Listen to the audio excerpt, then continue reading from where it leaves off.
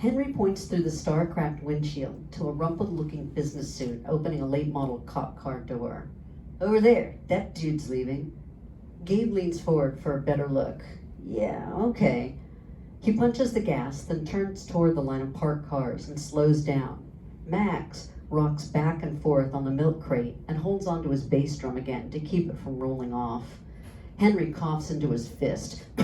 Use your turn signal, dude. Gabe shoots his right arm into the air in a Nazi salute.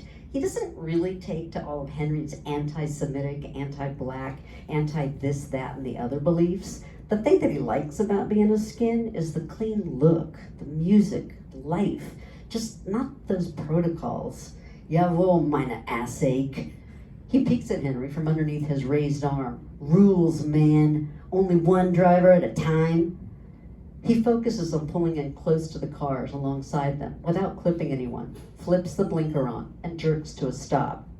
First tour, the shits had gone on late last year. They ended up cobbling together a patchwork rule book in order to keep from going at each other while on the road. There's a well-thumbed, greasy, college-lined notebook in the glove box with all the rules written out as they came up. One of the first was only one driver at a time, to avoid too many voices confusing whoever was behind the wheel.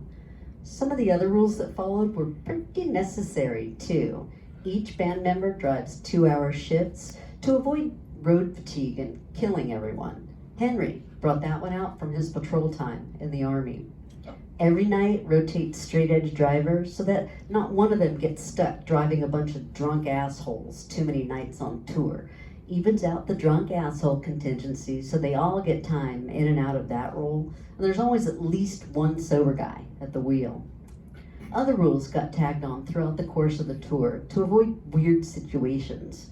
No jerking off in the back seat, stay with the gear after Flipper's van got broken into and all their gear stolen while on tour.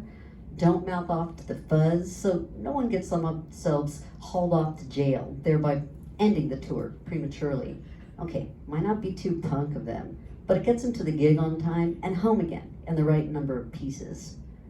The rumpled suit seems to be having a hard time maneuvering around the van, so Henry jumps out to help with hand signals. The guy behind the wheel visibly flinches and looks scared once he sees Henry's tattoo-covered arms and shaved head. Henry smiles and flexes a little bit. No harm letting this fun go to waste. He holds up both hands, though, and waves the driver around the van, bowing his head slightly and snapping his hands, just so. Your escort, sir. The driver edges out and guns into oncoming traffic, tires squealing in his getaway. He'll have some kind of a story to tell the kids tonight, how I got away from those scary skinheads. Henry walks backward into the spot, preventing anyone else from stealing it, and using his hand signals to guide Gabe on in.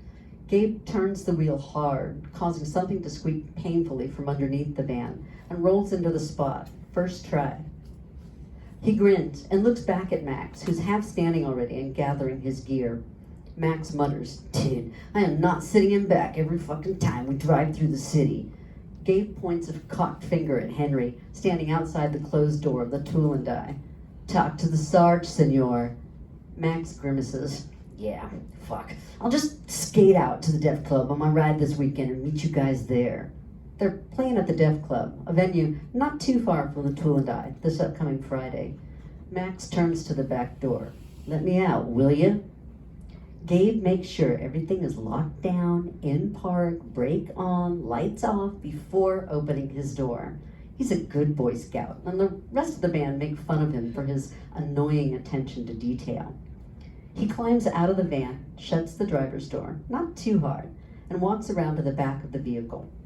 He pulls open both back doors and stands back, allowing Max room to start loading out his oversized CD drum cases. Henry props the door to the club open. Larry must have answered Henry's rat-a-tat-tat knocking finally, and marches around to the back of the van to start grabbing gear. They load in through the single glass-pane front door, piling their gear just inside the club before locking up the van and moving the gear downstairs to rehearse. The place smells of sweat, stale beer, and vomit. Gabe doesn't really mind. He loves the scent of real life and the crackle of a live music venue, even if it is a dump.